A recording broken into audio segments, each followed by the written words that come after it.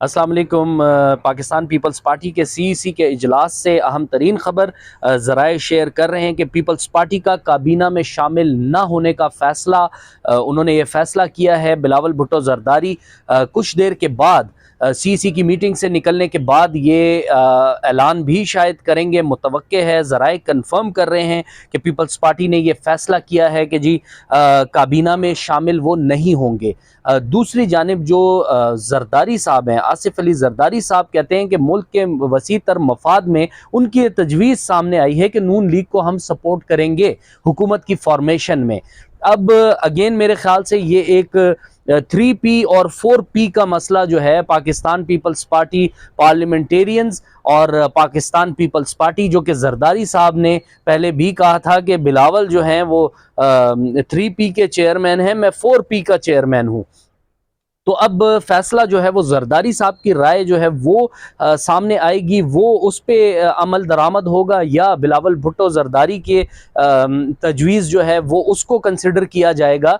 ये उनके सीईसी के इजलास से अहम तरीन खबर थी, हमने सोचा आपसे शेयर करें। लेकिन हम साथ में ये भी आपको बताएं कि जितने भी सीनियर लीडरान हैं, कल और परसों दोनों इनके इजलास हुए, आज भी इनका अहम तरीन इजलास सीईसी का इस्लामाबाद में जारी है।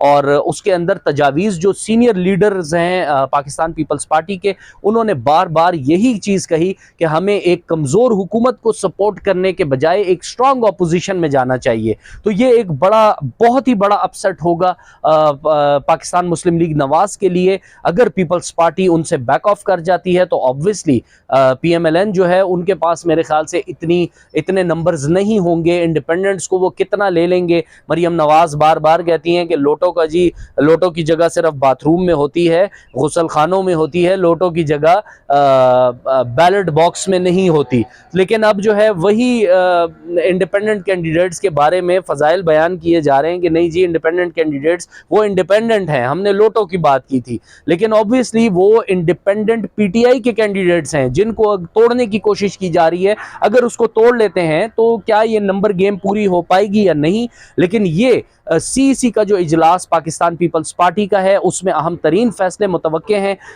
दूसरी जानिब रऊफ हसन साहब ने, जो पाकिस्तान तहरीक इंसाफ के सेक्रेटरी इतलात हैं, उन्होंने भी अभी रिसेंटली कहा है कि जी बानी चेयरमैन तहरीक इंसाफ इमरान खान साहब ने अडियाला जेल से मुलाकात जो इनके रहनुमाओं की हुई है उसमें उन्होंने इजाज़त दी है कि जी जमात इस्लामी से आप कोलिशन करें खैबर पख्तूनख्वा में, और MWM के साथ मिल के, मजलिस वहदतुल मुस्लिमीन के साथ मिल के, वफाक और पंजाब में मिल के हम लोग हुकूमत बनाएंगे।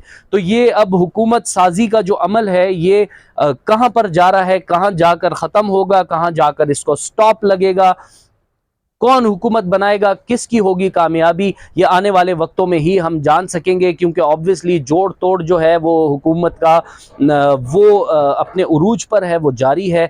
लेकिन अब ये देखना बाकी है कि बिलावल भुट्टो की तजवीज़ वो मानी जाती है या ज़रदारी साहब की। ज़रदारी साहब ऑब्वियसली अपने सीईसी के इजलासों में भी बैठते हैं, वहाँ से 1 घंटे के लिए गायब हो जाते हैं। ये भी इतलात हमारे पास आती हैं, 1 घंटे के लिए जाते हैं, मुलाकातें करते हैं, फिर वापस आ जाते हैं। तो अब बिलावल साहब की जो भी प्रेस टॉक होगी, obviously that will be very much important कि क्या उनका फैसला होता है। Thank you so very much, will keep on updating you. Thank you.